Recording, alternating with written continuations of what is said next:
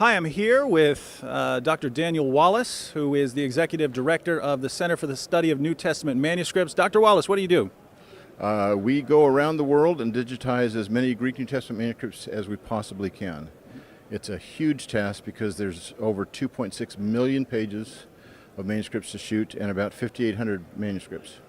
Now, I know this is a little outside your field, but we are going to be talking about New Testament manuscripts, but I wanted to briefly mention Islam because in Islam, the third rightly guided caliph Uthman, there were so many variants that they burned all of the manuscripts to issue an official version, and that seems to be the opposite mindset that you have. You're looking for new manuscripts and variants, right?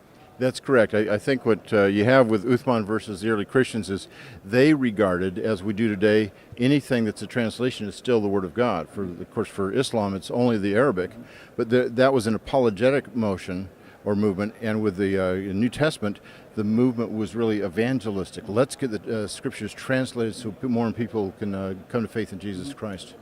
Now, with Islam, I'd notice it's becoming very common for Muslims to quote people like Bart Ehrman, because Bart Ehrman will refer to all of the New Testament textual variants.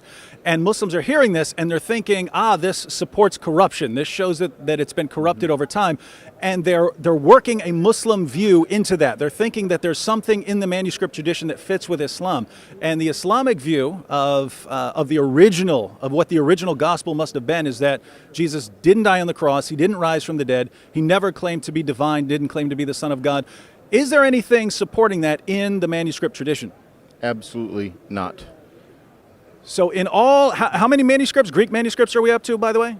It's 5,839, and then we have about 15 to 20,000 manuscripts of other ancient languages, plus over 1 million quotations by church fathers. We can zero in very, very well on what the original text said. So really the reason that we have so many textual variants is because we have such a massive manuscript tradition. Yeah, it's called an embarrassment of riches. We have, if you stacked all those manuscripts and versions up, it would be over 6,600 feet high. The average classical Greek or Roman text, it would be no more than 4 feet high because there's no more than about 20 manuscripts for most of them. So in all of the manuscript tradition, we never get away from a Jesus who dies on the cross, rises from the dead, claims to be divine. Absolutely not. In fact, you get very early manuscripts. Take John 1:1, for example. In all of our manuscripts, in all languages, it says, "In the beginning was the Word was with God, the Word was God." Now, there's a couple of differences in two 9th century manuscripts that are a little different in Greek, but it's not going to be a difference in translation. That's it.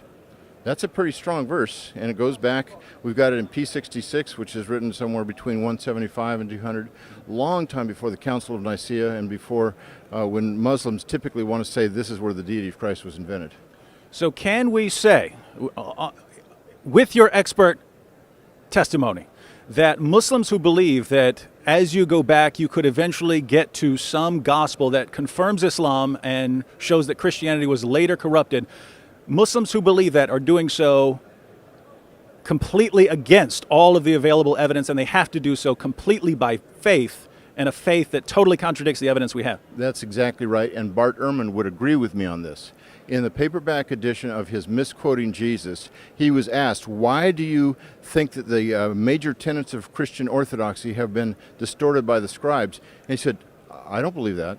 There is not a single essential cardinal doctrine that has been changed by the scribes. That's what Ehrman says.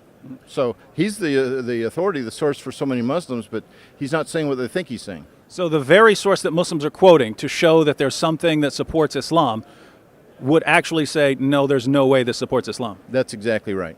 All right, thank you, Dr. Wallace. And you Muslims out there who think there's something that supports you in the manuscript tradition, you might want to think again.